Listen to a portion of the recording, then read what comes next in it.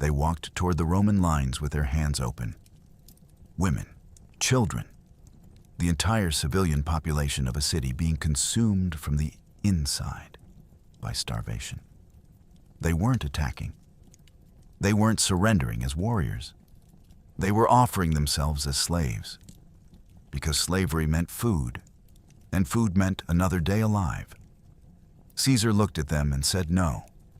He left them there, in the strip of ground between his wall and the Gallic fortress, not inside the Roman lines, not back inside the city, belonging to no army, acknowledged by neither side. His own account records what happened next without apology, without ceremony, without a single sentence of regret. They starved to death in plain sight of both armies. That decision, documented in Caesar's own words in De Bello Gallico, Book 7, tells you everything about what kind of man won at Alesia in September of 52 BC, and everything about what kind of war this actually was. Consider what Caesar was doing at the moment he turned those civilians away. His army of approximately 60,000 soldiers occupied a fortified corridor between two walls, simultaneously containing 80,000 Gauls trapped inside a hilltop fortress, while a relief army Caesar himself claimed numbered 250,000 warriors surrounded him from outside. By every military calculation available to the ancient world, he should have been destroyed. By the end of this video, you will understand three things that changed the course of Western civilization. First, the engineering decision Caesar executed in approximately 4 to 6 weeks that made it mathematically impossible for either Gallic army to reach the other, even though they could see each other's fires every night across the battlefield. Second, the single gap in that engineering system, documented by Caesar himself, that nearly ended everything, and the specific moment he personally rode to that gap in a cloak, both armies could identify from a hilltop. Third, what Vercingetorix did at the moment of surrender that transformed a military defeat into something the ancient world couldn't stop talking about. And why Caesar, the man who wrote the history, found himself unable to diminish it. But here is what the ancient chronicles hint at without fully resolving. Vercingetorix knew, when he retreated to Alesia, that he was leading 80,000 men into a position from which escape was nearly impossible. He was not ignorant of Roman tactics. He had watched Caesar for years. He had nearly destroyed Caesar's career just weeks earlier at Gergovia, the one battle Caesar lost. And he had been running a strategy of supply denial and attrition that was genuinely working, that was starving Roman legions across Gaul. Something made him abandon that strategy. Something made him choose a fortress over a forest, a siege over the guerrilla war that was winning. The chronicles record what he did. They have never fully answered why he stopped doing the thing that was beating Caesar. To understand that decision, and the engineering trap that punished it, we need to go back 6 years, to the moment a Roman proconsul looked at Gaul and decided the war he wasn't authorized to start had already begun. Julius Caesar needed Gaul, how the way a man drowning needs a rope. He was 42 years old when he engineered his appointment as proconsul of Cisalpine Gaul and Transalpine Gaul following his first consulship in 59 BC. Modern historians broadly agree that what followed, the series of campaigns now called the Gallic Wars, was launched primarily to serve Caesar's personal ambitions rather than any genuine Roman security requirement. He had enormous debts accumulated over years of extravagant public entertainments, political bribes, and the sheer expense of operating at the highest levels of Roman public life. He had political enemies in the Senate who were constructing criminal charges against him, charges that would become prosecutable the moment he surrendered his proconsular immunity to stand for election. He needed military glory sufficient to eclipse Pompey the Great, his increasingly hostile former ally and Rome's most celebrated general. and he needed the wealth that conquest would provide to fund everything else. Gaul provided all of it. The tribes north of the Alps controlled fertile agricultural land, metals, strategic river routes, and the slave markets that kept Roman commerce functioning. Each tribe Caesar subdued meant more prisoners to sell, more wealth to send home to Rome, more dispatches to be read aloud in the Forum. He wrote those dispatches himself, in the elegant third-person prose that eventually became De Bello Gallico, our primary source for everything we know about this war, written by the man who fought it. Designed as much to shape Roman public opinion as to record events accurately. Modern historians have been clear about this since at least the 20th century. Caesar's account of his own campaigns is simultaneously our best evidence and our most unreliable narrator. What made his conquest possible was not just military skill, but the systematic exploitation of something that had always prevented Gaul from mounting unified resistance: tribal division. The Aedui tribe had been Roman allies for decades. The Arverni and Aedui despised each other. The Belgae in the north fought different enemies than the tribes along the Rhine.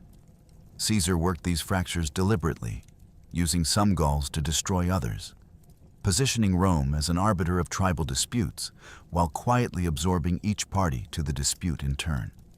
By 53 BC, the process had gone so far that Caesar made an announcement with consequences he almost certainly underestimated. He declared all of Gaul a Roman province, subject to Roman law and Roman religion. That announcement threatened something no military defeat had previously managed to threaten. The Pharistate Carnutes tribe watched over what Caesar himself called the center of Gaul, the sacred ground where Druids gathered each year from every tribe to mediate disputes, conduct rituals, and maintain the religious fabric that connected otherwise fractious peoples. When Caesar declared Roman law supreme over Gallic religious practice, he had inadvertently created an issue capable of uniting people who had been fighting each other for generations. The Druids were not simply priests. They were judges, historians, teachers, and the living memory of a civilization. A threat to their authority was a threat to the identity of every tribe simultaneously. Caesar had spent 6 years exploiting Gallic disunity. With one administrative announcement, he threatened to erase it. In the winter of 53 to 52 BC, while Caesar was in Italy managing his increasingly complicated political situation, the Carnutes acted. Roman officials and merchants were massacred at Cenabum, modern Orléans, and the news spread across Gaul with a speed that surprised everyone, including Caesar. Within weeks, a young Arverni nobleman named Vercingetorix had turned that massacre into the beginning of something Rome had never faced in 8 years of Gallic campaigning: a coordinated, pan-tribal resistance with a unified command, a single strategic concept, and a leader who understood both Roman military practice and Gallic political psychology well enough to make use of both. The first triumvirate was already collapsing. Marcus Licinius Crassus, the wealthiest man in Rome and the financial anchor of the arrangement that had kept Caesar, Pompey, and Crassus in uneasy mutual support, had been destroyed at the Battle of Carrhae in 53 BC. His army annihilated by Parthian horse archers in one of the worst Roman military disasters of the century.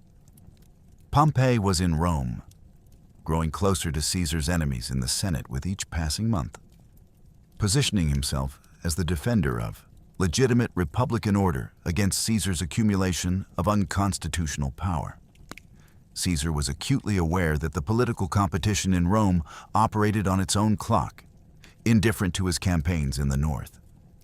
He needed a decisive victory. He needed it quickly. He needed it to be so overwhelming that no political enemy could characterize it as anything less than the most significant Roman military achievement in a generation. Now an enemy had appeared who seemed determined to deny him exactly that. His father had been executed by his own people. Celtillus of the Arverni had been what Caesar himself described in De Bello Gallico as Principatum Gallii, the foremost man of Gaul. A nobleman of such authority and ambition that he had attempted to restore kingship among his tribe. The Arverni had moved away from monarchy toward a system of elected magistrates sometime in the preceding century. And when Celtillus pushed for permanent hereditary power, the tribal aristocracy who benefited from the existing arrangement killed him for it. His son grew up in the shadow of that execution, carrying knowledge that his family name brought both enormous prestige and enormous danger, that the ambition his father died for was now the inheritance he carried whether he wanted it or not. Vercingetorix was born around 82 BC in Gergovia, the Arverni capital in what is now the Auvergne region of central France. He was approximately 30 years old when the revolt began in 52 BC. Almost everything we know about his early life comes filtered through Caesar's account. The conqueror wrote the conquered man's biography, which should make us appropriately cautious about every characterization. What Caesar was willing to admit about his enemy is therefore all the more revealing. He describes Vercingetorix as a man of great energy and great ability, acknowledging him as second to none in military capacity among the Gauls he faced. For a Roman general, writing a document explicitly designed to celebrate his own triumph over this man, that is remarkable praise. Caesar did not typically inflate his enemies. In early 52 BC, while Caesar was still in Italy, Vercingetorix moved to capitalize on the mood the Carnute massacre had created across Gaul. He approached the Arverni council and proposed that the tribe join the revolt. His uncle Gobanizio and the pro-Roman elders rejected him. Too dangerous, too provocative, the risk of Roman retaliation was too severe. Caesar records what happened next, with the barely concealed contempt of a man describing something he found almost amusing. Vercingetorix held a levy of beggars and outcasts in the fields outside the city. He gathered the dispossessed, the landless, the men who had nothing to lose and therefore nothing preventing them from following a nobleman who had just been expelled from his own city. And he returned to Gergovia at the head of enough followers to force the elders out and have himself proclaimed king by popular acclamation. What he built from that beginning was without precedent in Gallic political history. He dispatched ambassadors in every direction, securing alliances through a combination of genuine personal charisma. And Caesar, who despised him, still acknowledges the charisma and the enforced deposit of hostages. Each tribe that joined the coalition was required to leave representatives in Arverni custody as insurance against defection. The system was not gentle. Vercingetorix punished violations of coalition discipline with mutilation. Caesar records executions for cowardice and desertion. The warriors who gathered under his unified command were not a traditional tribal war band operating by the seasonal rhythms and personal loyalties of Gallic military convention.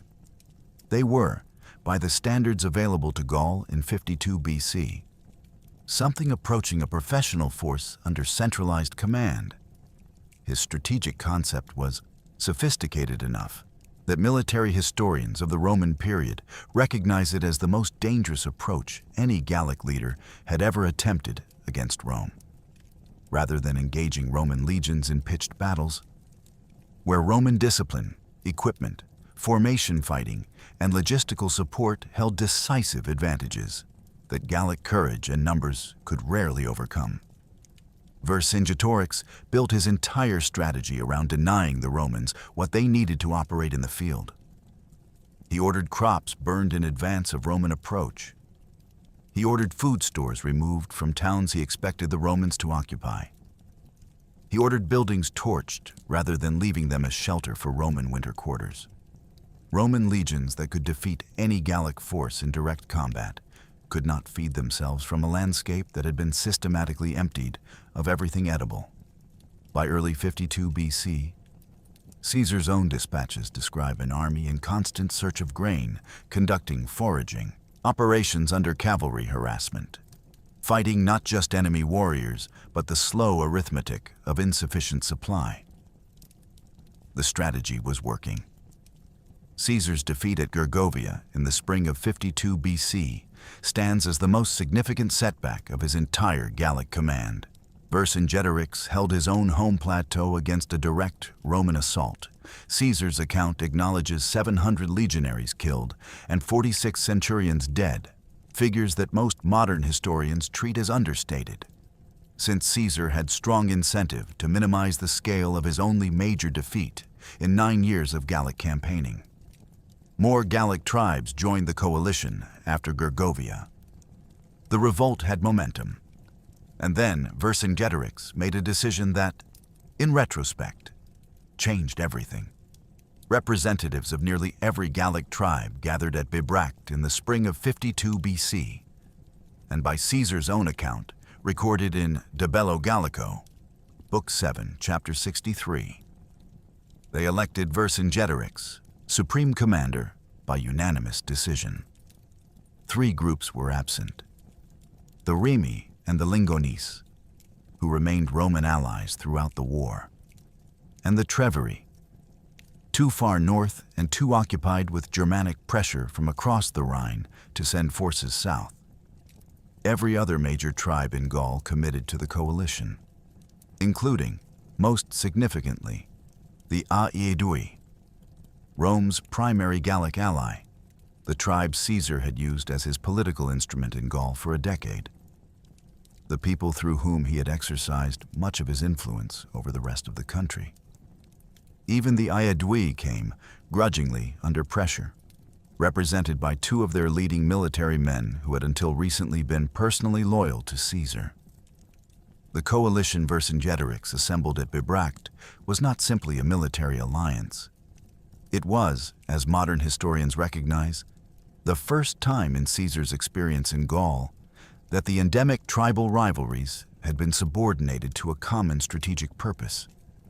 It had taken a credible prospect of permanent Roman domination, the declaration of Gaul as a Roman province, the threat to the Druidic religious establishment, and the demonstrated success of the Vercingetorix strategy in keeping Caesar's legions hungry and frustrated.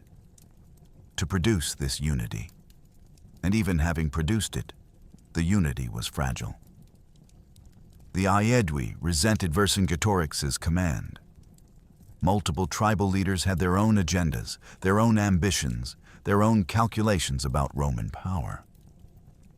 The coalition held together through Vercingetorix's force of personality and the visible success of the scorched earth strategy, not through any deeper political reconciliation among peoples who had been fighting each other for generations. Caesar records a speech Vercingetorix delivered to this council, or at least Caesar's version of its substance, filtered through his own narrative purposes. The Gallic supreme commander told the assembled chieftains that he would not seek pitched battle against Roman legions. The coalition had assembled 15,000 cavalry from the combined tribes. That cavalry would be used to interdict Roman supply lines, prevent foraging, deny the legions the ability to live off the country they were trying to pacify. The coalition's infantry would support this mobile strategy. The Romans would be strong in direct combat. The Gauls would be strong in terrain, mobility, and the ability to sustain a protracted campaign on their own ground. The strategy was designed to convert Roman tactical superiority into a strategic irrelevance. It remained the right strategy. The months of early 52 BC continued to prove it. Then came the cavalry engagement that stripped the strategy of its instrument. Vercingetorix attempted to follow the Roman withdrawal from Gergovia with a cavalry ambush of Caesar's marching column. What he encountered was something his strategic planning had not fully accounted for. Caesar had recruited a contingent of Germanic auxiliary, cavalry, horsemen from tribes east of the Rhine, whose fighting style and tactical flexibility were genuinely different from anything the Gallic cavalry had faced in the west. In the engagement historians call the Battle of the Vengeance, these Germanic horsemen routed the Gallic cavalry decisively. Caesar records capturing senior Gallic cavalry commanders in this fight. In one afternoon, Vercingetorix lost the mobile striking force that his entire strategic concept had been built around. Without cavalry capable of cutting Roman supply lines, the scorched earth and attrition strategy could not be sustained. The equation that had been working, keep the Romans hungry, keep them moving, deny them the pitched battle where their discipline and formation fighting would be decisive, depended on cavalry to execute the interdiction. That cavalry was now broken. And Vercingetorix, with 80,000 warriors and no viable way to continue the campaign he had been running, made the decision that historians have debated ever since. He retreated to Alesia. The Mandubi Oppidum on Mont Auxois, a limestone plateau rising approximately 200 meters above the surrounding river valleys, flanked on two sides by rivers, naturally defensible on every approach, commanding panoramic views of the plains below. The most credible interpretation of the decision, as Livius.org's analysis of Caesar's account suggests, is that Vercingetorix intended Alesia as a tactical trap rather than a final refuge. He would use the plateau's natural defenses to hold Caesar in place, while the coalition cavalry he was sending out summoned a relief army from every remaining Gallic tribe.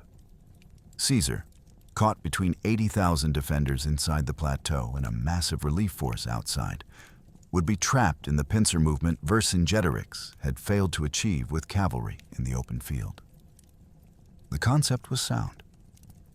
What Vercingetorix almost certainly did not anticipate was the speed, the completeness, and the geometric sophistication of what Caesar would build around that plateau in the weeks that followed. Caesar arrived, looked at the position, and made his own decision, not to assault directly, but to seal every exit so completely that the trap Vercingetorix had set would become the trap he was caught in. Caesar looked at the plateau rising 200 meters above the valley floor and saw not a fortress. He saw a cage, provided someone could lock the door.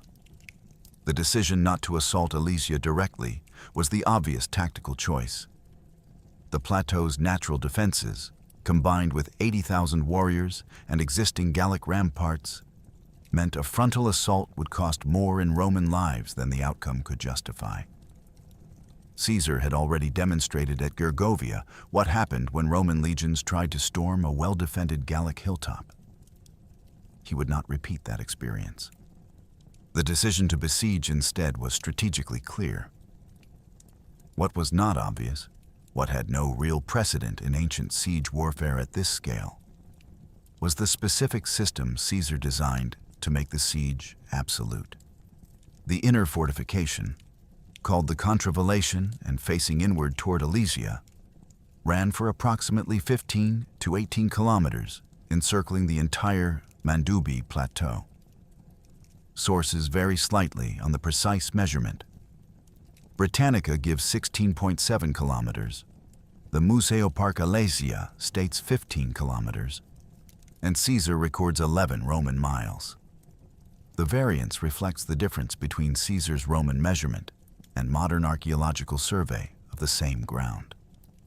What does not vary is the substance of what was built, because Caesar describes it in extraordinary technical detail in De Bello Gallico, and Franco-German archaeologists excavating the site between 1991 and 1997 confirmed those descriptions in the physical evidence they found.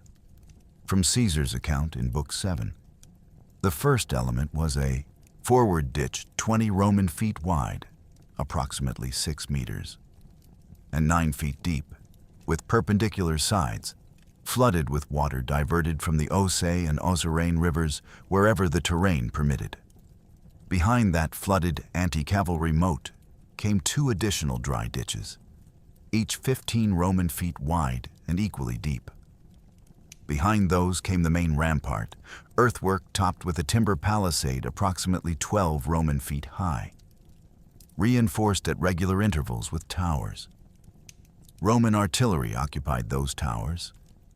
Ballistae, capable of projecting heavy bolts at distance. Scorpiones for precision targeting of individuals attempting to force the obstacles below. But the obstacle field in front of the rampart was what made the system genuinely lethal. And Caesar's description of it is specific enough to have been confirmed by archaeological trace evidence. The Cippi were rows of sharpened stakes buried in the ground, with only their fire-hardened points emerging, invisible, until a man was already falling onto them.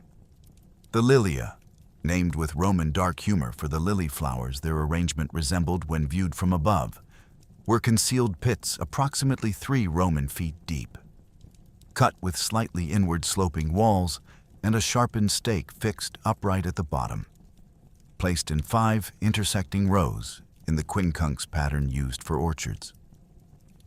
They were designed to be indistinguishable from solid ground until a man's foot found the edge of one.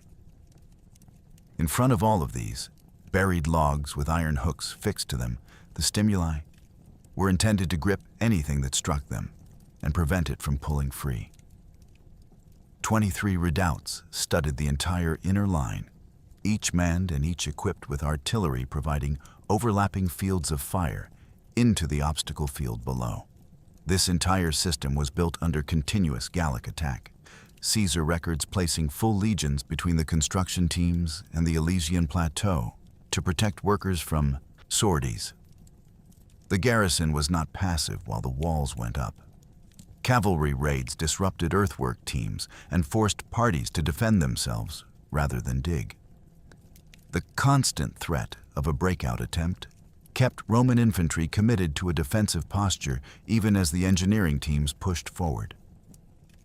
Construction happened under combat conditions, rotating labor parties forward while others held the line for approximately 4 to 6 weeks.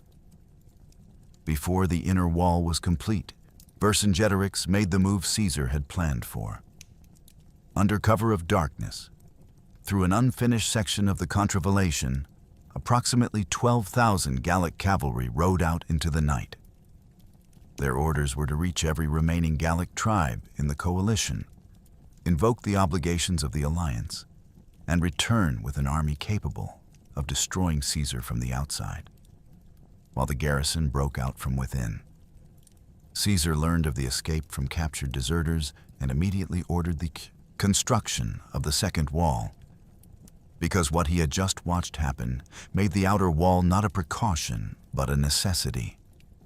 The circumvallation, the outer wall, facing outward, protecting Caesar from the direction the relief force would come, was the conceptual innovation that made Alesia unlike anything in the ancient military record. Every general in history who had constructed siege works had oriented those works inward, toward the enemy being besieged. Caesar built half his engineering effort facing the opposite direction, away from Alesia, against an army that had not yet arrived and whose size he could only estimate.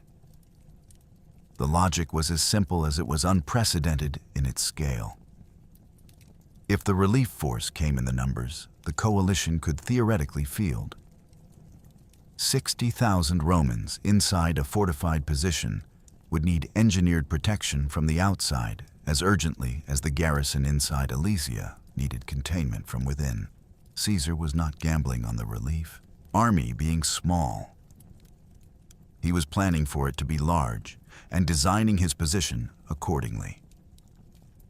The outer wall followed the most favorable ground available across an entirely different circuit than the inner wall, running for approximately 21 kilometers and incorporating 4 separate cavalry camps into its design. Combined with the inner contravallation, the total fortification system stretched between 36 and 40 kilometers of walls, ditches, obstacle fields, towers, and artillery positions. The French National Archaeological Museum, whose collections include excavated artifacts from Napoleon III's 1960s investigations at Alesia Saint-Reine, records the combined works as approximately 40 kilometers. Museopark Alesia gives 36. The variance is minor relative to the achievement. Caesar's approximately 50,000 legionaries, working in rotating shifts under the constant threat of attack from the garrison above, and with the knowledge that a massive enemy force was assembling somewhere beyond the horizon, built the equivalent of a fortified city in approximately 4 to 6 weeks. The obstacle specifications of the outer wall were identical to the inner. The same flooded moat design, the same dry ditches, the same rampart and palisade, the same towers with the same artillery, the same forward field of Scipi and Lilia and stimuli. The engineering that had been designed to prevent breakout from the inside was simply reversed and applied to prevent assault from the outside. Every man who had learned how to build those obstacles facing inward could build them facing outward without additional instruction. Roman military standardization, the thing that made legionary construction so remarkable throughout the ancient world, was the enabler of the entire system. The Northwest Gap deserves its own specific attention because Caesar himself documents it, and because it becomes the hinge of the entire climactic battle. Idep. Bello Gallico. Book 7, Chapter 83. Caesar acknowledges that the north side of Alesia included a hill whose circumference and steepness made it impossible to include in the continuous circuit of the outer fortifications. The ground was too precipitous to build the standard system. Caesar placed 2 legions in camps at the base of that hill, on what he explicitly calls steep and disadvantageous ground, and accepted that this sector was the weak point in an otherwise continuous ring. This acknowledgement, in his own propaganda document, written to celebrate his victory, is one of the most honest passages in his entire account of the campaign. He knew where the gap was. He prepared contingencies for it, and the Gallic commanders, through systematic reconnaissance, would find it. What Caesar had created, when both walls stood complete across approximately 40 kilometers of Burgundian countryside, was a tactical position that military theorists would not formally describe until nearly 2,000 years later, but would recognize instantly upon studying this engagement. He occupied the interior position between 2 hostile forces. His reserves could move along the interior road network of his fortified corridor, the space between the 2 walls, and reach any threatened sector faster than either the garrison inside or the relief army outside could respond, because the central force traveled shorter distances than either surrounding force. The Romans could reinforce the northwest in the time it took the relief army to coordinate an attack that Caesar could see coming from the tower redoubts. The garrison could not break out in the time it took Caesar to move reserves from the southern sectors to the breach point. Engineering had converted numerical inferiority into something manageable. Whether it would remain manageable depended on what the relief army actually looked like when it appeared on the horizon. Inside Alesia, the rations Vercingetorix had gathered were running out. Caesar records that Vercingetorix had approximately 30 days of rations when the siege began. 30 days of food for 80,000 warriors. 30 days for the Mandubi, the tribe whose city this actually was. The people who had not chosen to host someone else's last stand and had no practical way to refuse. The arithmetic of starvation inside a besieged fortress is not complicated. It takes very little time for rations calculated for one population to run out when an army has occupied the same space. Within weeks of the siege beginning, the food situation inside Alesia had reached the point where a decision could not be deferred. The Gallic Council convened. What they were deciding was not simply a military question. It was a moral one, though Caesar's account frames it entirely in tactical terms, as one would expect from a man with no personal stake in how the Gauls resolved it. Caesar preserves in De Bello Gallico, Book 7, Chapter 77, what he describes as a speech by a chieftain named Critognatus, a man otherwise unknown to history, who survives only through this passage. Modern scholars, including analysis published through Johns Hopkins University Press in a study of Caesar's narrative construction, treat this speech with appropriate caution. The argument it makes that the besieged should practice cannibalism, consuming those too old or too sick to fight in order to preserve the rations of the warriors, may be Caesar's literary construction, designed to illustrate Gallic desperation in terms that Roman readers would find simultaneously horrifying and validating. It may be a real speech, recorded by someone who was present and eventually transmitted to Caesar. The distinction matters for how we read Caesar's narrative, but it matters less for what the speech documents about the actual situation inside Alesia. Whether or not Critognatus said these words, the hunger that could have produced them was Caesar's engineering achieving its intended effect. The man who caused the starvation wrote the account of what starvation contemplated doing. The proposal was rejected. The council made a different decision instead, and Caesar records it in Book 7, Chapter 78, without a single word of regret or reflection. The Gauls resolved to expel from Alesia everyone not capable of fighting. The women, the children, the elderly, the sick, the Mandubai civilians, the people whose home this was, who had not asked to host the last desperate stand of a pan-Gallic coalition, and who now found themselves expelled from their own city so that the warriors using it as a fortress could eat for another week. Britannica summarizes Caesar's account directly. The expelled Mandubii were sent toward the Roman lines to offer themselves for enslavement in exchange for food. They were walking toward Caesar with their hands open, asking to become property. It was the most complete form of surrender available to them.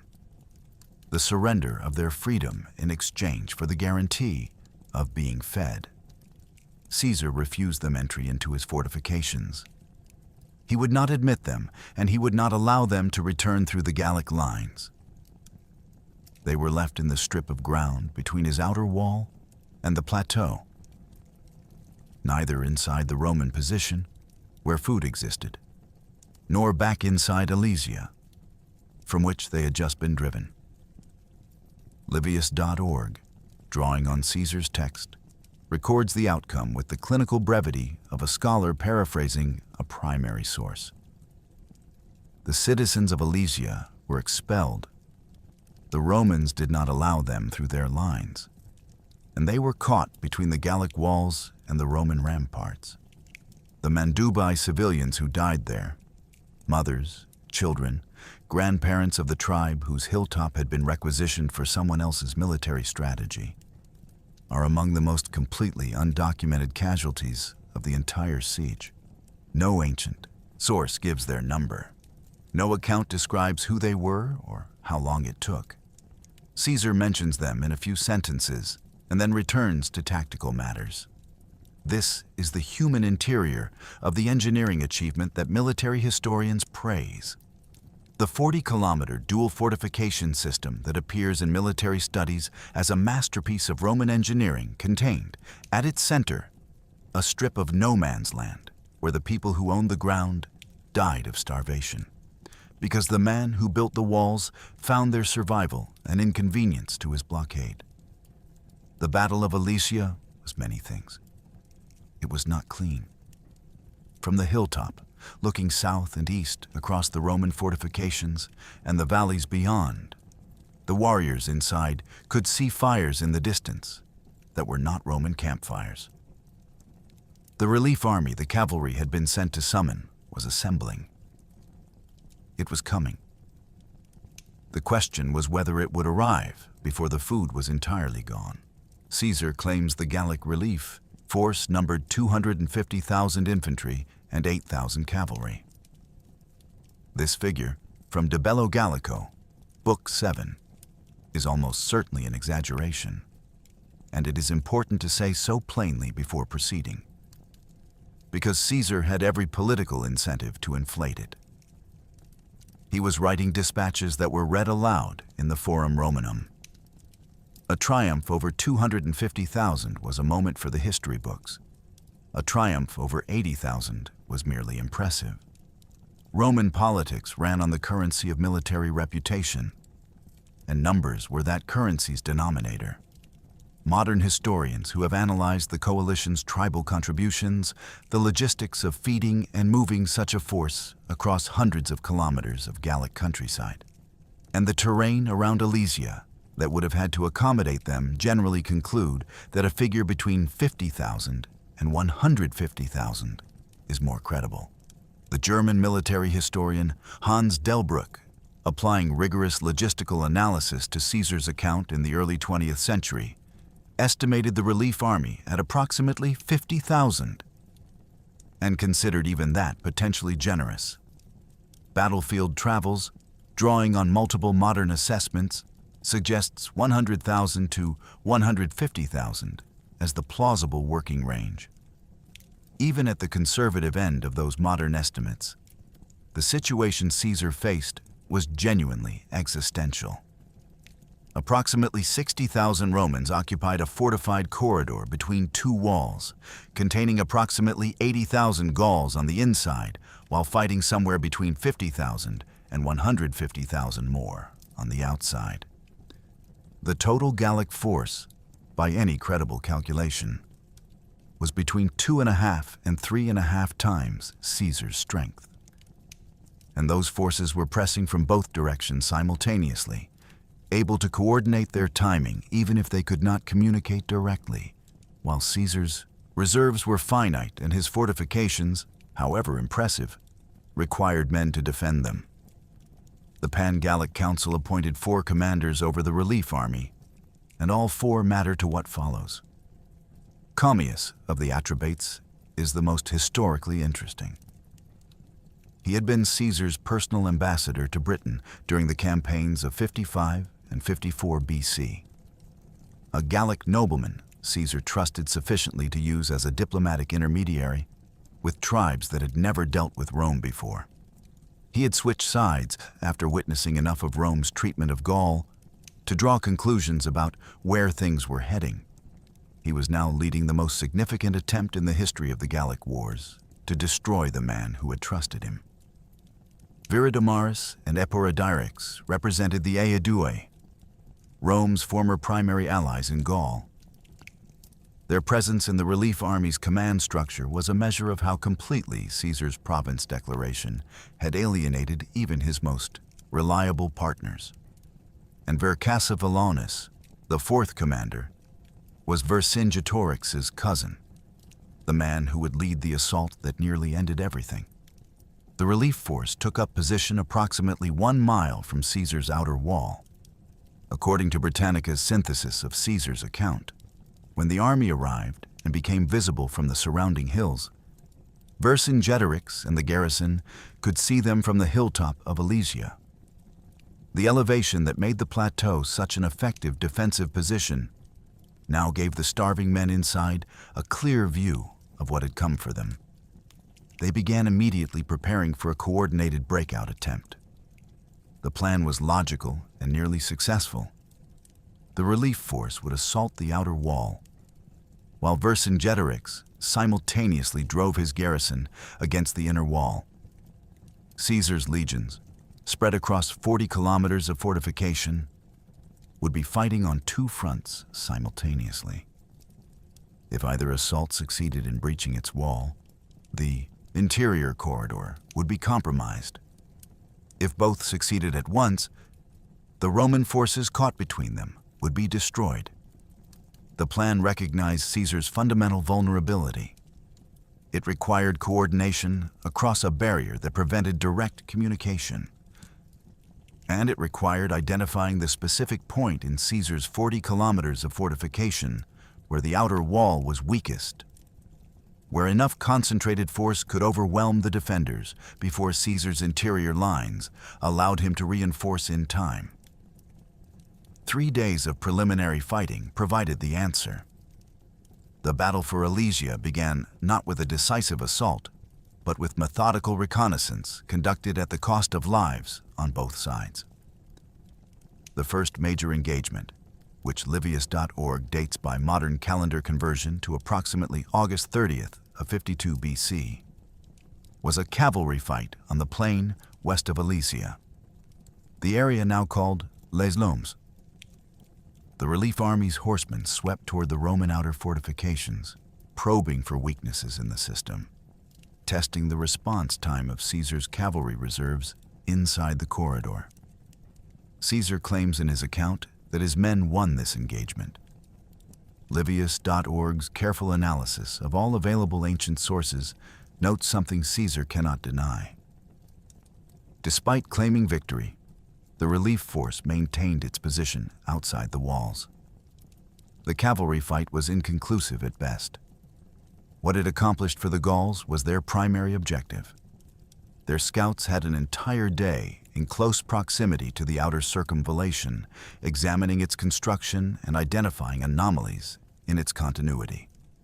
What they found was the northwest gap, the section where the steep slope of Mont Rhea had made continuous fortification construction impossible, where Caesar himself had acknowledged the terrain forced him to place 2 legions on disadvantageous ground rather than complete the ring. The gap was narrow in linear terms, but significant in tactical terms. It was the one place, in 40 kilometers of Roman engineering, where the natural obstacles of the landscape itself had not been supplemented by the full obstacle system.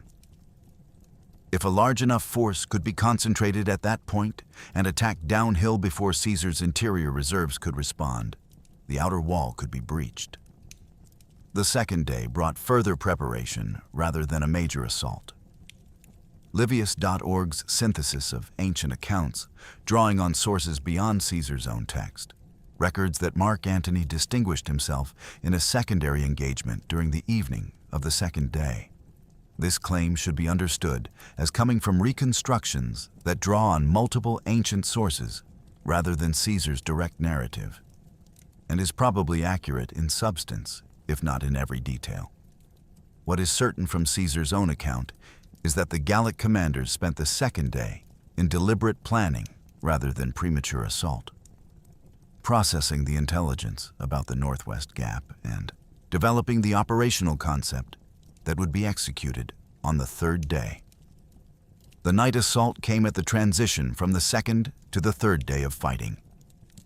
The relief force organized assault columns and moved against Caesar's outer wall in darkness, using fascines, bundles of sticks and brush designed to fill the defensive ditches, and scaling ladders to attempt the rampart under cover of night. Simultaneously, Vercingetorix drove his garrison against the inner wall from inside Alesia in the first coordinated 2-front assault of the campaign. For the first time, Caesar's forces were fighting in both directions at once. Caesar records moving reserves from the nearest redoubts to the threatened sectors, ordering the artillery towers to maintain fire into the assault columns, pressing through the obstacle field below. The night assault was repelled.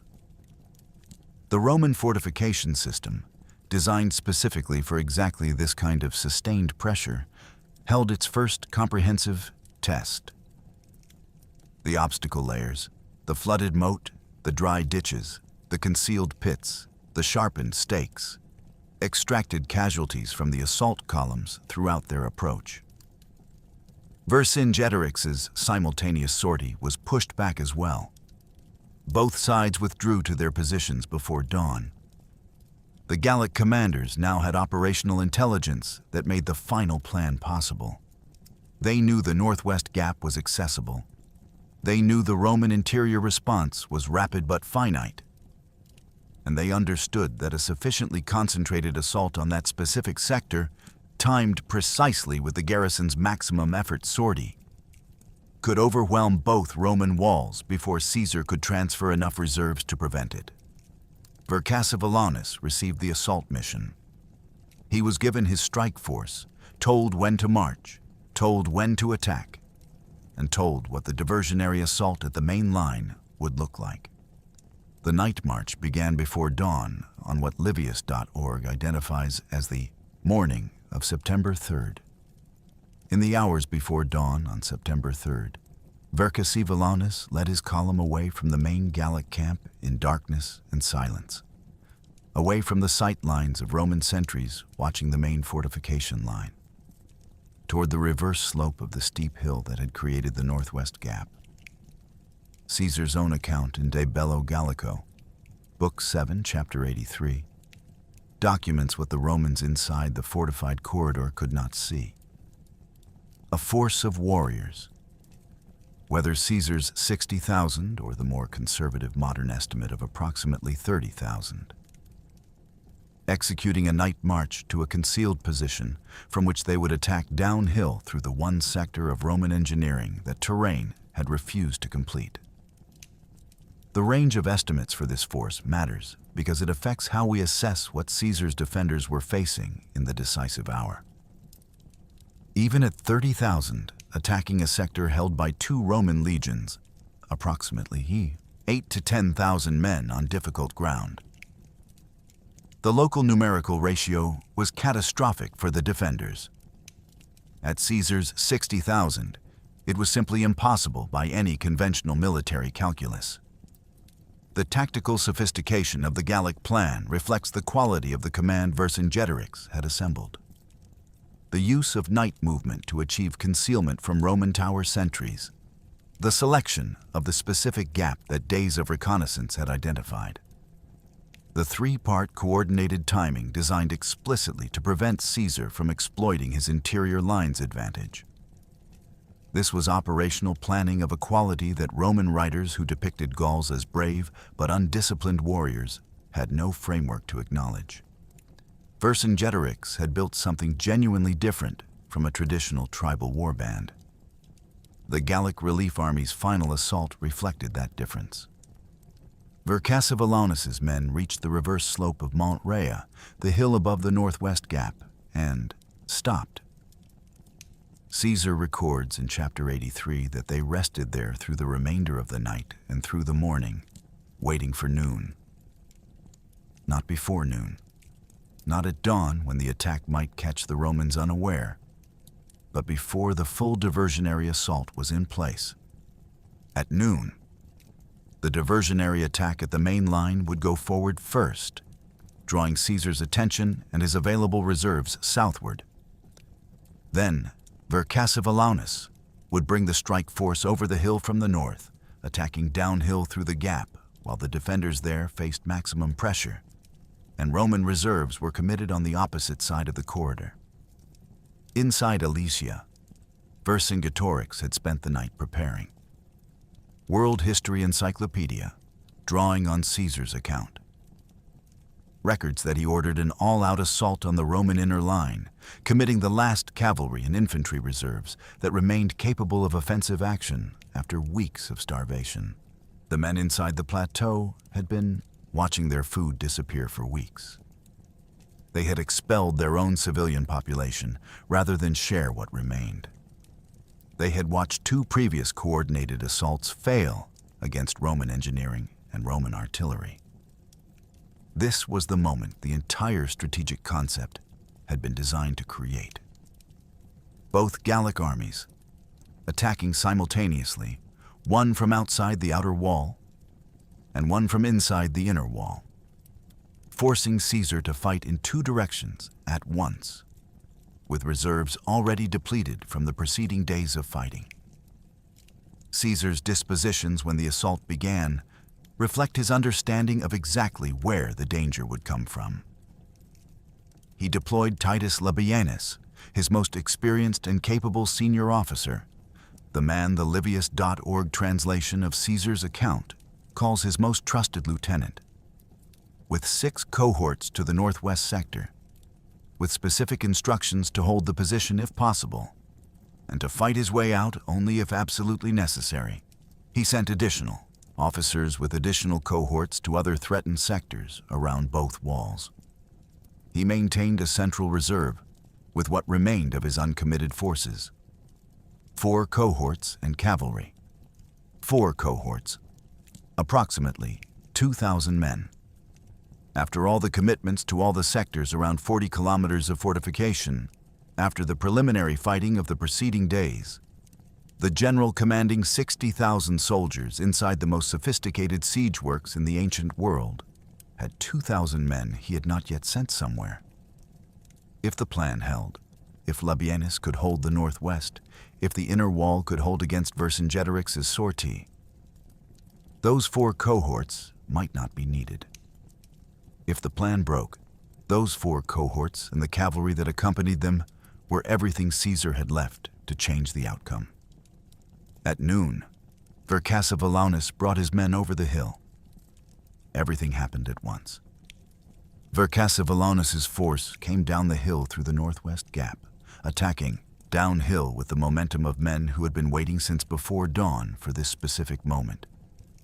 Caesar's own language in De Bello Gallico, Book 7, Chapter 84, is unequivocal. The attacking Gauls overcame the Roman fortifications in that sector. Not pressed hard against them, not threatened them, overcame. The outer wall was breached. 2 Roman legions on steep and difficult ground were absorbing an assault from a force of tens of thousands descending through the gap. And the gap was inside the wall. At the same moment, the coordination that the Gallic plan required and apparently achieved. Vercingetorix drove everything he had against the inner wall from inside Alesia. World History Encyclopedia, paraphrasing Caesar's account from the translation of the Conquest of Gaul, records that a barrage of missiles drove the legionaries back from their positions on the inner rampart. That Gallic forces began dismantling Roman defenses. That they were gaining on the walls, hand-to-hand fighting on the ramparts of the inner line. The obstacle fields and the artillery towers and the carefully engineered depth of the contravallation were being overcome by men who were starving and desperate and had nothing left to lose. Caesar escalated his reserve commitments in sequence, each commitment a calculated drain on the pool of forces he could move anywhere. He sent Labienus 6 additional cohorts for the northwest sector when the initial complement proved insufficient to hold the breach.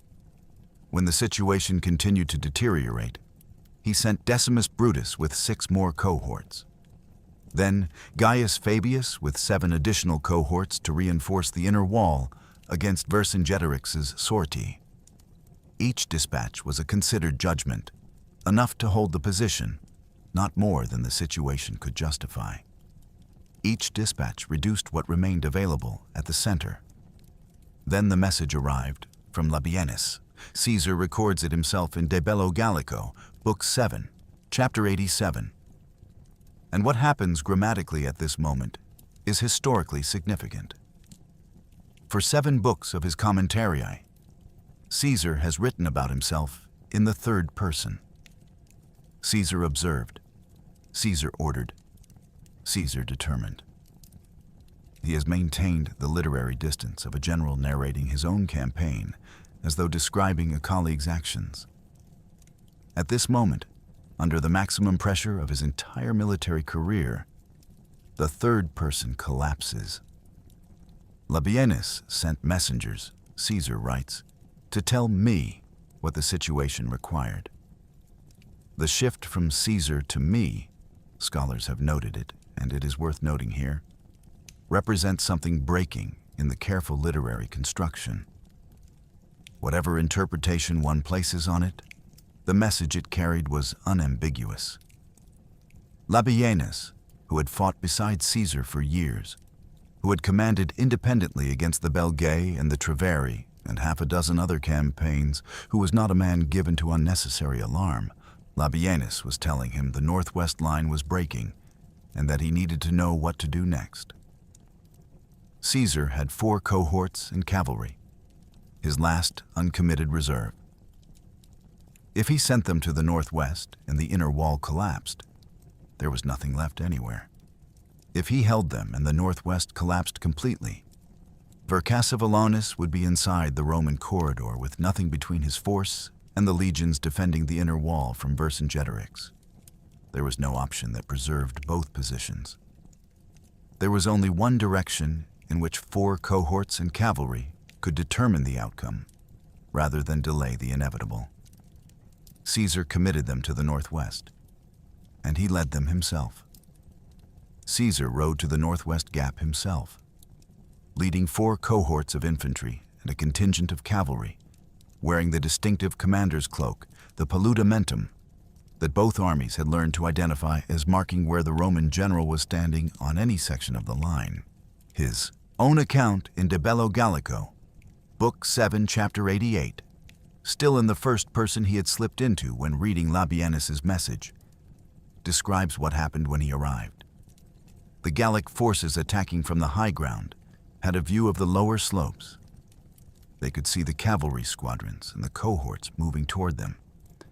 And, Caesar's own words, they knew who was approaching by the color of the cloak I always wore in action to mark me out. His presence was visible, intentionally visible.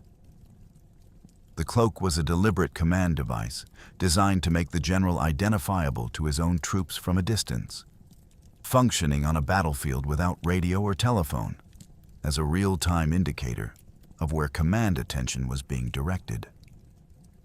The effect on Caesar's own legionaries was immediate and documented in his account. The Livius.org translation describes his troops as having been pressed to the edge of collapse, fighting without momentum, giving ground, absorbing the Gallic assault without the energy to push back. When Caesar arrived, when the cloak became visible on the lower slope and the men on the rampart understood who was coming toward them with fresh troops, something changed in the character of the fighting. They dispensed with their javelins, Caesar records, the long-range weapons appropriate for a defensive posture, and drew their swords for closing with the enemy. The men who had been holding ground began advancing simultaneously, and the timing of this simultaneous action with Caesar's personal arrival at the breach is the decisive coordination of the entire battle. Caesar had ordered half his Germanic cavalry to execute a flanking movement outside the circumvallation. These horsemen circled around the outside of the outer wall, away from the direct line of Vercingetorix's assault, and struck the Gallic strike force from the rear. Warfare History Network, drawing on Caesar's account, describes the impact. Vercingetorix's warriors, exhausted from the sustained assault, from the night march that had preceded it, from hours of fighting against the Roman defense, suddenly found cavalry hitting them from a direction they had not secured. The assault that had breached the outer wall collapsed. The Gallic force broke and fled. Vercingetorix himself was captured alive. Britannica records this detail specifically, noting that he was taken rather than killed, a distinction that mattered symbolically because his capture meant the loss of the assault's senior commander, Vercingetorix's own cousin, the man who had led the mission that came closest to succeeding. The loss of a commander and the visible collapse of the assault were immediately apparent to the Gallic relief army, watching from their own positions outside. From the hilltop of Alesia, Vercingetorix and the garrison could see the external assault fail. Caesar records that the defenders inside, watching from their elevated vantage point, called their soldiers back from the field. The maximum effort sortie against the inner wall, the assault that had been pushing the legionaries back from the ramparts and reaching the palisades, was abandoned the moment the external failure became visible from above. The Roman cavalry went in pursuit that midnight. Warfare History Network, citing Caesar's account, records that 74 Gallic military standards were captured as the relief army dissolved. Warriors returning to their home territories, the coalition dispersing in a single night. Each standard represented a unit that had fought under specific leadership with specific organizational identity. 74 units in dissolution. The relief force that had assembled from nearly every Gallic tribe in the coalition that had come within hours of breaching Caesar's outer wall in the most dangerous moment of his career, was gone before sunrise. On the hilltop of Alesia, Vercingetorix watched the last fires of the relief army disappear into the darkness. Whatever calculation had brought him to this hilltop, whatever the plan had been, it was finished. The morning came quietly over Alesia. Caesar describes what followed in De Bello Gallico, Book 7, Chapter 89, with the compressed efficiency of a man for whom the outcome was never in question after the northwest assault collapsed. Envoys came from the plateau, asking to discuss the terms of what they and Caesar both understood to be a foregone conclusion. He demanded two things: weapons surrendered, and the tribal chieftains delivered to him outside his camp. He would wait. What happened inside Alesia between the collapse of the relief army and those envoys walking toward the Roman lines exists in essence, but not in detailed documentation. The Gallic council met. Caesar's account says Vercingetorix told the assembled leaders that they should decide whether to surrender him to Rome or execute him, that the choice was theirs, and that he would accept whatever they chose if it meant ending the suffering of the people who had followed him. This framing, Caesar writing that the Gauls themselves abandoned their leader, positioning himself as the passive recipient of the surrender decision rather than the demanding conqueror of a starving and defeated population, is artful self-presentation that Livius.org's critical analysis identifies clearly. Caesar had every narrative reason to write the surrender as the Gauls' free choice rather than his military dictation. What multiple ancient sources do agree on, including Plutarch and Cassius Dio, writing in the 1st and 2nd centuries AD respectively, is the substance of the surrender scene. The Museopark Alesia and UNRV both note that ancient sources differ on specific dramatic details while agreeing on the essential facts. Vercingetorix surrendered himself to Caesar, unconditionally. The dramatic elements, the finest armor, the formal presentation before Caesar's seat, come primarily from Plutarch and Cassius Dio, rather than from Caesar's own brief account. Caesar describes the surrender in fewer lines than he typically spends on the tactical dispositions before minor skirmishes. Whether the brevity was deliberate literary restraint, or whether the scene required less documentation because Caesar's audience already knew the outcome, the effect is the same. The man whose defeat is the climax of 7 books of narrative is dismissed in a paragraph. What followed the surrender was total and immediate. Caesar separated the Aedui and Arverni captives from the garrison. He intended to win those 2 powerful tribes over through calculated mercy rather than punishment, understanding that Gallic pacification required at least some tribes to experience Rome's lighter hand. The rest of the garrison was distributed. 1 Gallic prisoner for each surviving Roman soldier. Wikipedia records the most verifiable number from Alesia's aftermath. Not a body count, but a slave count. Each man in Caesar's legions received 1 Gaul. The minimum implication of that distribution is approximately 40,000 to 50,000 human beings transferred from their own identities to Roman property in the hours after the surrender. The warriors who had followed Vercingetorix from every tribe in Gaul, who had held the plateau for weeks against the most sophisticated siege works in the ancient world, became the personal possessions of the men who had besieged them. Vercingetorix was taken immediately to Rome in chains. He would be held in the Tullianum, the underground prison beneath the Capitoline Hill, Rome's most notorious detention facility, a stone cell below ground level where the most dangerous enemies of the Roman state were held until the state found use for them or forgot about them. For 6 years. He was still there when Caesar crossed the Rubicon in January of 49 BC. Still there when the Battle of Pharsalus ended Pompey's challenge to Caesar's dominance in 48. still there when Caesar became dictator.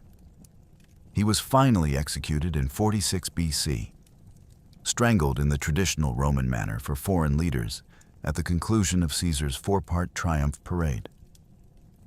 Cassius Dio is the only ancient source to record his death specifically. Caesar, who wrote the history of his own conquest of Gaul, did not record the execution of the man that conquest was organized to defeat. The battlefield after the relief army's collapse was not a clean accounting. Caesar provides no specific Roman casualty figure for Alesia itself. This is characteristic of his practice throughout De Bello Gallico. Roman losses appear in his account when they are unavoidable, or when acknowledging them serves a narrative purpose. And Alesia was an unambiguous victory that required no acknowledgement of Roman suffering to validate. Modern historians broadly agree that Roman casualties were significant, that fighting simultaneously on two fronts across 40 kilometers of fortification for an extended period of hours necessarily cost lives, and that the legions nevertheless maintained full operational capacity in the days immediately following the surrender. The precise number is simply unknown. Anyone offering a confident Roman casualty count for Alesia is providing an estimate without primary source basis, and should say so plainly. The Gallic accounting is better documented, though primarily through one specific transaction rather than comprehensive tallying. Caesar distributed approximately 1 Gallic prisoner per surviving Roman soldier. A minimum of 40,000 to 50,000 prisoners from the Alesian garrison alone, becoming slaves in the hours after the surrender. He held the Aedui and Arverni separately for political use, hoping to convert these tribes into manageable allies rather than embittered enemies. The relief army's losses were heavier on the collapse and pursuit than in the assaults themselves. 74 military standards captured, according to Warfare History Network's citation of Caesar's account, representing the dissolution of 74 separate fighting units. The coalition that Vercingetorix had built from nearly every tribe in Gaul was gone. Most of its warriors walked home through the night rather than dying in a last engagement. The abandoned Gallic relief camp added its own testament to the scale of the collapse. Caesar records the equipment, supplies, and personal possessions left behind when the relief force dissolved. The material evidence of an army that had expected to fight a sustained campaign and instead disintegrated in a single night after the Northwest assault failed. None of it is itemized in surviving sources with the specificity Caesar sometimes provides for captured Roman equipment. What the abandoned camp represented was the material substance of a coalition. Everything that had been brought to Alesia from every corner of Gaul to break the siege, left in the fields when the attempt collapsed. Historian Tom Holland, in his book Rubicon, described the aftermath in terms drawn from Caesar's account and subsequent ancient descriptions. Bodies of warriors on the palisades and around the outer fortifications stretching away from Alesia for miles. Holland's description is narrative reconstruction rather than ancient record, and should be understood as a modern historian's synthesis of ancient sources rather than eyewitness testimony. His estimate of the full Gallic War's human cost, approximately 1 million dead and 1 million enslaved across 8 years of systematic conquest, is similarly a modern historical assessment rather than a documented ancient count, offered as a plausible order of magnitude for a decade of dispersed conflict with no surviving comprehensive accounting.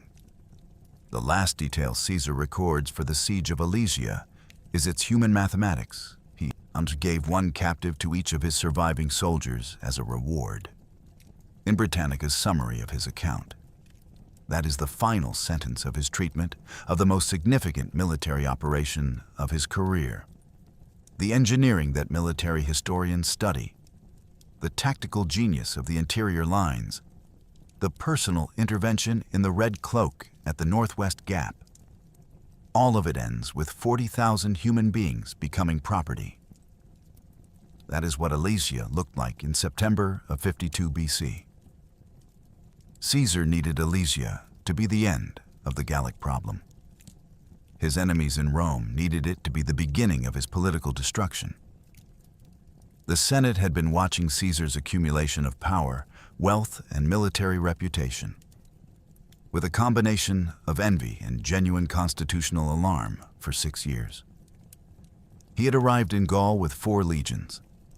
He was returning with 11 veterans who had spent a decade fighting together under his command, loyal through that shared experience in a way that transcended the abstract obligations of Roman military law. His dispatches from Gaul, read aloud in the Forum Romanum, had made him the most famous living Roman to audiences that followed each campaign as though it were an ongoing serial. His wealth from Gallic plunder and slave sales had made him financially independent of the patronage networks that constrained most Roman politicians.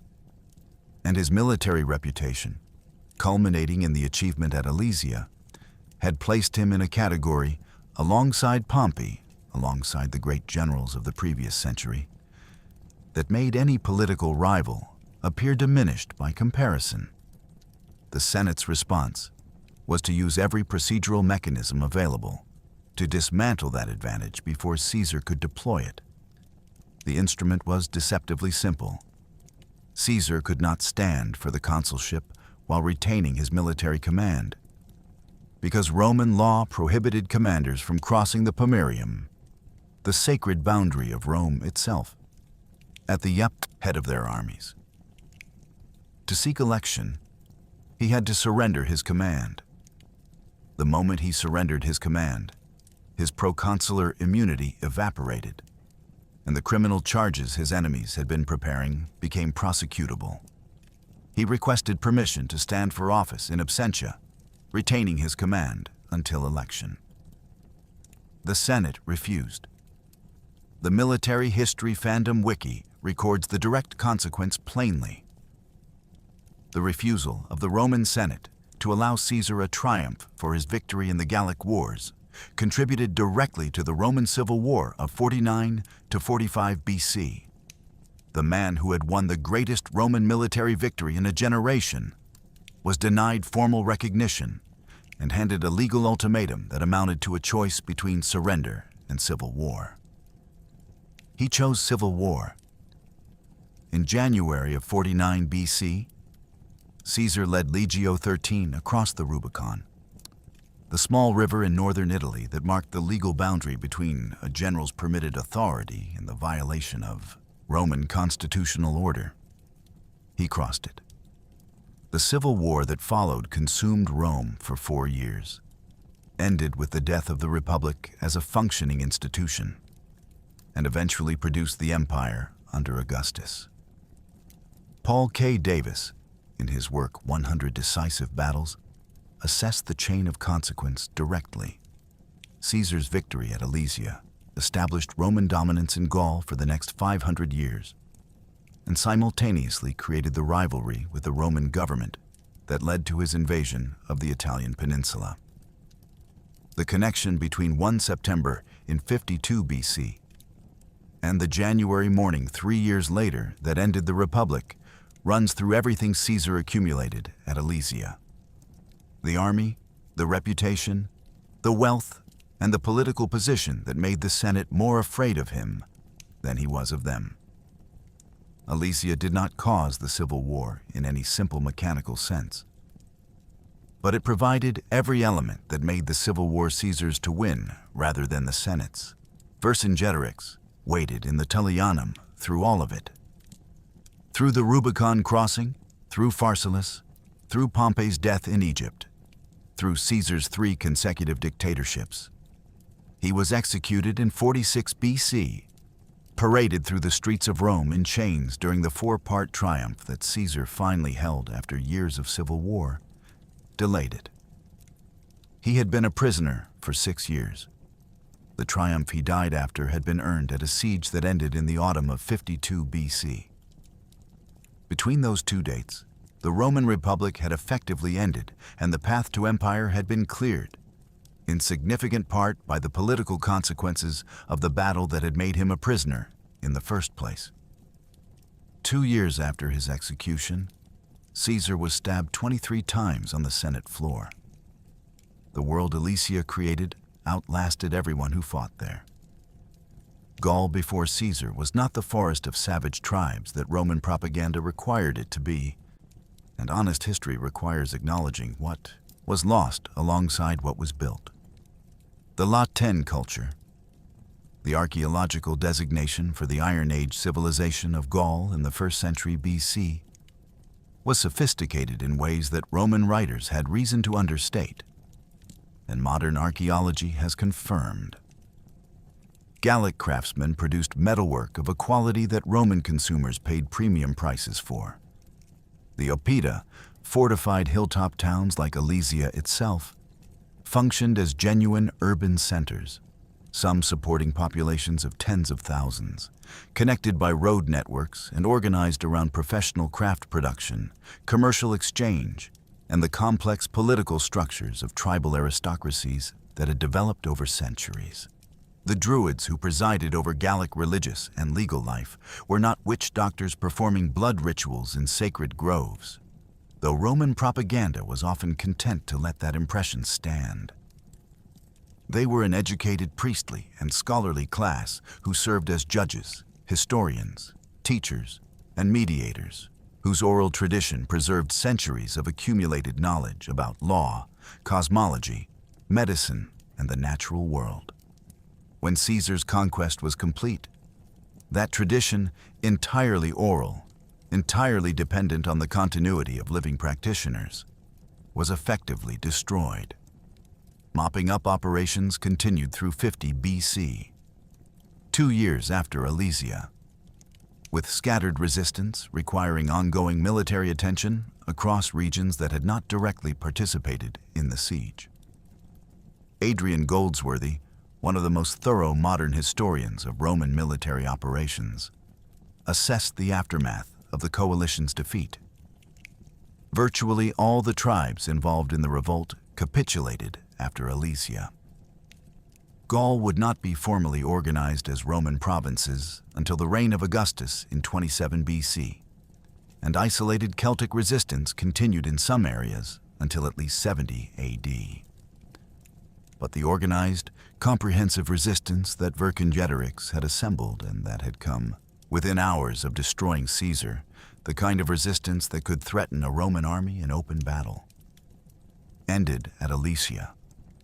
The total human cost of the 8-year Gallic Wars is impossible to document precisely across hundreds of individual engagements. Tom Holland, in Rubicon, estimated approximately 1 million dead and 1 million enslaved for the full campaign. Most modern historians treat this as a plausible order of magnitude for the cumulative cost of a decade of systematic conquest rather than a precisely calculated figure. What the scale of the estimate conveys is the character of the enterprise. The Gallic Wars were not a series of contained military operations that left the civilian population largely intact. They were the comprehensive military subjugation of a civilization, conducted with the systematic efficiency that Roman military organization permitted, leaving a demographic and cultural transformation that was essentially irreversible. The long consequences extend in ways that reach directly to the present. Latin, brought to Gaul with Caesar's legions and administered through Roman provincial government over the following centuries, did not replace Gaulish overnight. The process took generations, but it took and it held.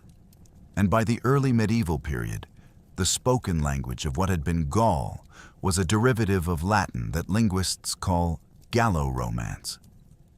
That language, absorbing Germanic elements from Frankish migrations in the 5th and 6th centuries and evolving through the Carolingian period, became Old French, then Middle French, then the modern French language. The same basic process, in different Roman provinces with different local substrates and different post-Roman migrations, produced Spanish, Portuguese, Italian, and Romanian. The 5 major Romance languages, spoken by approximately 900 million people today, are the direct linguistic descendants of the Roman conquest that Alesia made permanent. The next time you hear French spoken, in a film, in a classroom, in a conversation, you are hearing a language that would not exist without what happened on Mont aux Soies in September of 52 BC. DailyHistory.org advances a counterfactual argument that modern historians treat as worth considering. The Roman consolidation of the Rhine as the northern border of Gaul, made possible by Alesia, probably prevented Celtic Gaul from being progressively absorbed by Germanic tribal expansion pressing westward. Without Roman military presence establishing a defensible frontier, the history of Western European demography might have looked substantially different. Such counterfactuals are appropriately speculative. They rest on inference about what might have happened rather than evidence of what did. But they illustrate the scale of what Alesia's outcome determined. Not just for the people who fought there, but for the generations that followed in every direction. The fortifications Caesar built at Alesia appear in military studies not because Roman siege engineering has direct applicability to armored warfare or drone operations. They appear because the principles those fortifications embodied, terrain as a force multiplier, engineering as a substitute for numerical strength, interior lines as a mechanism for managing simultaneous threats, are principles that the technology of each era changes the expression of without changing the underlying logic. The double circumvallation is the visible innovation, and it genuinely has no precedent at this scale in ancient military literature. Other commanders built siege works. Roman legions entrenched every marching camp as routine practice. What Caesar designed at Alesia was categorically different in its intent. A system that simultaneously contained a besieged garrison and protected against a relief force, with a fortified internal corridor that preserved the defender's ability to move reserves to any threatened point faster than either surrounding hostile force could coordinate. He was not just besieging Alesia.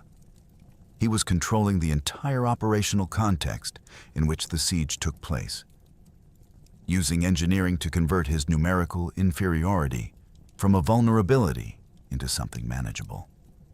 The interior lines principle is the intellectual core of what made the system work. Military theorist Antoine-Henri Jomini, writing in the early 19th century and drawing on Napoleon's campaigns, formally described what practitioners had understood in pieces for centuries. A force occupying a central position between two separated enemies can mass at either threatened point faster than either enemy can reinforce its partner, because the central force travels shorter distances than either surrounding force. Caesar was executing this principle approximately 1800 years before Jomini named it, which says something both about the timelessness of certain geometric military truths and about the level of operational thinking Caesar brought to the problem at Alesia. He did not have the vocabulary. He had the understanding. The obstacle system, the layered depth of Sippi and Lilia and stimuli in front of the flooded moat, in front of the dry ditches, in front of the rampart and tower artillery, represented a defensive depth that influenced Roman military engineering for generations after Alesia. The design principle was to make the approach to the main defensive line as costly as possible in time and casualties, so that any assault force reaching the rampart was already degraded by the obstacles it had crossed. Each layer served a specific function. The flooded moat stopped cavalry and slowed infantry. The dry ditches further slowed and disordered attacking formations. The concealed pit traps converted the approach into a minefield that could not be navigated at speed. The stake rows impaled men who were already falling through the pits. The artillery in the towers fired into the assault columns throughout their entire approach, from the outer edge of the obstacle field to the base of the rampart. The system was not intended to be impenetrable. It was intended to make penetration cost more than any attacking force could sustain. The archaeological confirmation of Caesar's engineering descriptions is itself a historically significant fact. The Franco-German excavation project, led by Michel Redet and Sigmar von Schnurbein, working at Alesia between 1991 and 1997, did not merely confirm the battle site. It confirmed that Caesar's technical specifications, written in a document composed approximately 50 years before the beginning of the Common Era, matched the physical evidence in the ground with a precision that validated the entire account. Ditch dimensions confirmed, tower spacing confirmed, obstacle placement confirmed. A 2,000-year-old military document verified by modern archaeological survey. The confirmation matters because it validates De Bello Gallico as a reliable technical source for Roman military engineering, even while we remain appropriately skeptical of Caesar's troop numbers and self-serving narrative framing. Museo Park Alesia at Alesia preserves reconstructed sections of the Roman siege works, built to the specifications from Caesar's account and the excavation findings, on the ground above the valley where the events occurred, the hilltop of Montausois itself, the plateau where Vercingetorix's 80,000 held out through 6 weeks of starvation, is free to visit. The Vercingetorix statue, commissioned by Napoleon III and sculpted by Aimé Millet, stands at the western end of the plateau, looking out over the valley where the relief army maneuvered. From that vantage point, on a clear day in Burgundy, the view takes in the same geography that determined the entire battle. The rivers that made the plateau defensible, the plains where the cavalry fought, and the surrounding hills from which the relief army looked down at 40 kilometers of Roman engineering and decided where to attack. Standing there, the scale of what Caesar built becomes physically comprehensible in a way that no textual description quite achieves. The valley is not small. The circuit of those walls was not a modest fieldwork. 40 kilometers of obstacles and towers and artillery built in 4 to 6 weeks under attack against a garrison of 80,000 and with an army of potentially comparable size approaching from outside. The achievement was real. The consequences of that achievement shaped the next 2,000 years of European history. Vercingetorix died in 46 BC in the Tullianum, strangled at the conclusion of Caesar's triumph parade. He had been imprisoned for 6 years, waiting for a celebration that the Civil War kept delaying. When it finally came, he was paraded through the streets of Rome in chains as part of a 4-part triumph, simultaneously celebrating the conquest of Gaul, the Egyptian campaign, the Pontic War, and the African campaign. The scope of Roman military achievement under Caesar laid out for a Roman public that had spent 4 years watching those achievements tear the Republic apart. After the parade, he was taken back to the Tullianum and executed in the traditional manner. Cassius Dio, writing in the early 3rd century AD, is the only ancient source to record his death specifically. Caesar, who wrote the history of the Gallic conquest, does not document the execution of the man that conquest was organized to defeat. The cultural memory of Alesia is richer and stranger than the fate of most ancient battles because it did not simply fade into scholarly obscurity. It was actively constructed, repeatedly, by people with different purposes working in different centuries.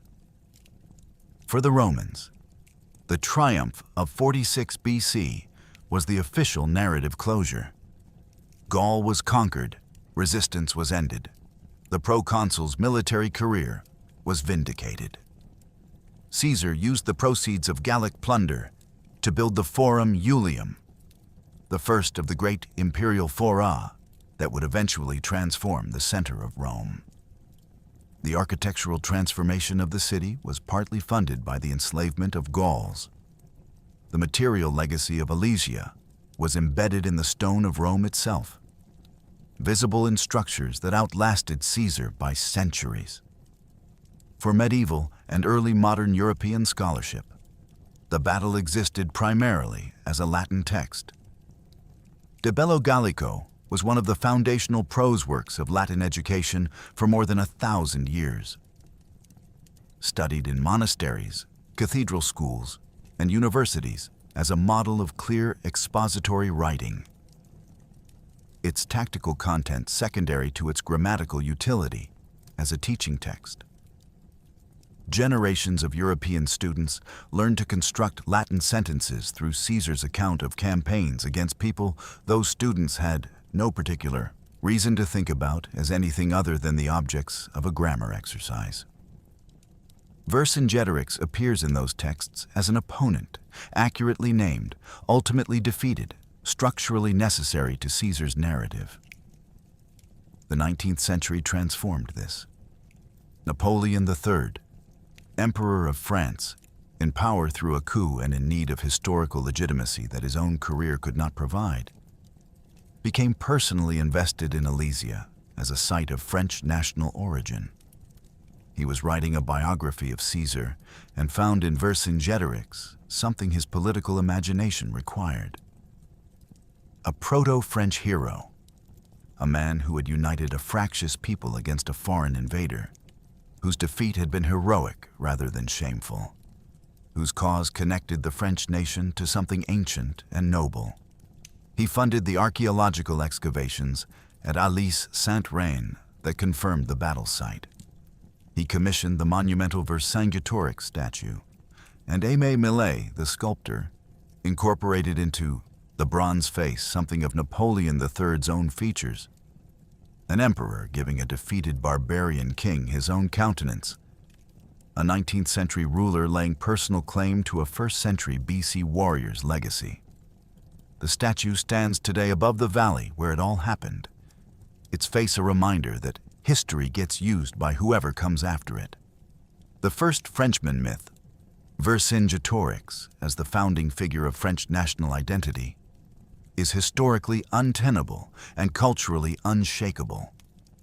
Gaul was not France. The Gauls were not French. The political concept of France as a nation did not exist for another millennium after Alesia. The connection between a pre-Roman Celtic chieftain and the modern French state is retrospective national mythology, the kind that every nation constructs to give itself ancient roots, emotionally resonant and historically problematic in equal measure. What is true is that the territory where Vercingetorix fought became France, that the language France speaks descends from the Latin his conqueror brought, and that the cultural memory of the Gallic resistance was available for later France to claim as ancestry because Caesar wrote it down so clearly. The most widely read version of this history today is almost certainly Asterix. René Goscinny and Albert Uderzo's comic series, begun in 1959 and still publishing, depicts a single Gaulish village that never surrendered to Caesar after Alesia. Protected by a druid's magic potion, populated by characters whose names are deliberate puns on Gallic names like Vercingetorix, engaging in episodic resistance against the might of Rome. BattlefieldTravels.com records that the series has sold approximately 380 million copies worldwide. More people know the fictional village that held out than know the actual battle that ended organized Gallic resistance. This is how history actually persists across 2,000 years, not primarily in academic publications or military studies, but in the cultural objects through which civilizations tell themselves stories about where they came from and who they want to believe they are. The Honest Legacy combines all of these versions and transcends each of them. Caesar won. Vercingetorix lost.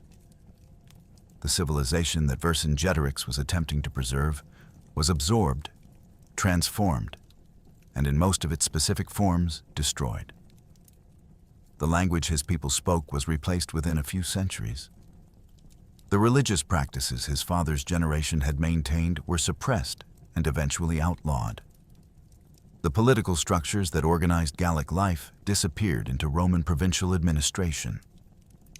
What remained, and what eventually became France and the French-speaking world, and the broader legacy of Romance language civilization, was a genuine hybrid. Roman law and Latin language, and eventually Christianity layered over Gallic geography and Gallic genetics and fragments of Gallic folk memory. Neither Caesar nor Vercingetorix would have recognized it as what either of them was fighting for. It is what they produced together in September of 52 BC, on a hilltop in Burgundy, in 40 kilometers of Roman engineering, and one decision that the chronicles suggest but cannot fully explain. We began with women and children walking toward Roman lines with their hands open. Caesar wrote about them himself, in a document explicitly designed to celebrate his own military achievements, written for a Roman audience that would judge him on the scale and decisiveness of his victories. He recorded that he left the Mandubii civilians to die and moved on to the next tactical consideration without a pause. That detail, unremarked upon in his own propaganda document, is perhaps the most honest thing in his entire account of the campaign. It reveals the gap between what Alesia looked like from inside the engineering achievement and what it looked like from inside the people, whose city and lives were the material of that achievement. This was not a clean military operation. It was a 6-week process in which approximately 60,000 Romans, through engineering of genuinely unprecedented sophistication, through the discipline of legionaries who built 40 kilometers of fortification under continuous attack, through the personal intervention of one man in a recognizable cloak at the precise moment the northwest line was breaking, destroyed the last coordinated effort to preserve Gaul's independence. Historian Tom Holland, in Rubicon, estimated the total cost of the Gallic Wars at approximately 1 million dead and 1 million enslaved across 8 years of campaigning. That estimate, which modern historians treat as a plausible order of magnitude rather than a precisely calculated figure, represents the demographic transformation of a civilization.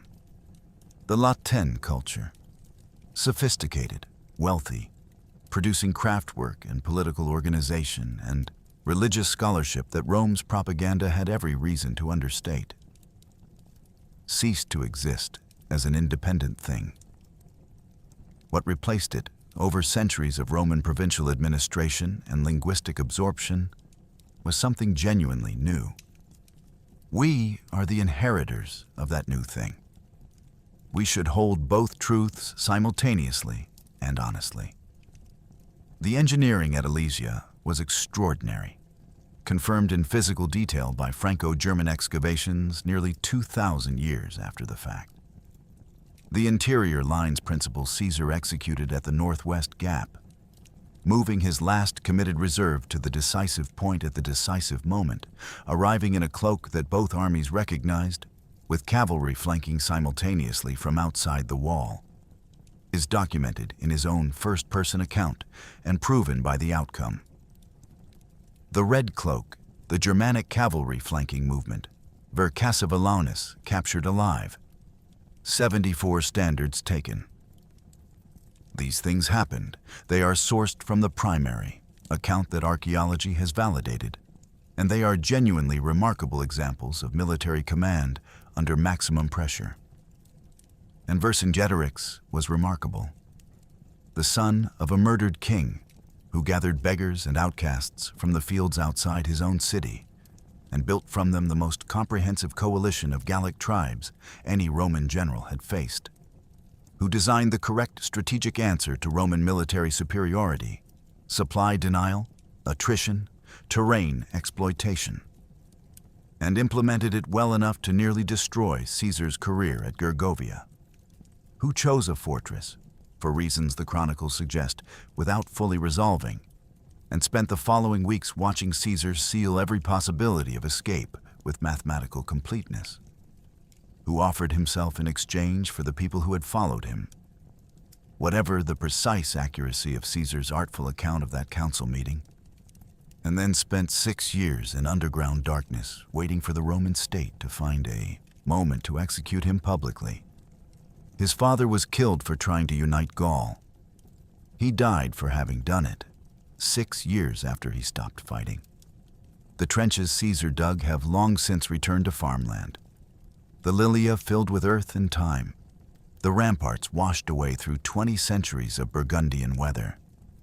The redoubts are archaeological traces rather than standing structures. But the hilltop of Alesia still rises 200 meters above the valley floor, the same elevation it commanded when Vercingetorix chose it as the place where the Gallic coalition would make its last stand and its last gamble. The rivers that flanked it in 52 BC still run below. The view south across the plain, where the relief army camped, attacked, and dissolved, is still clear on a good day in Burgundy. Standing on that hilltop today, you can see exactly why he chose it. The elevation, the rivers, the natural defensibility. It is still obviously a position designed by geography for defense. You can see the valley where the relief army assembled, the slopes where Vercingetorix marched his force in darkness, the ground where Caesar's outer wall ran between one horizon and the other. And you can understand, standing there, exactly why it wasn't enough. Because Caesar did not fight the battle Vercingetorix expected. He built an entirely new battlefield first, and then he stood inside it, while both Gallic armies broke themselves against geometry they had not anticipated and could not overcome. That is not just military history. That is the oldest lesson that warfare keeps having to teach. The side that controls the terms on which the battle is fought usually wins, regardless of who had the numbers. 2,000 years have not changed that. They have only provided more examples of what happens when commanders forget it.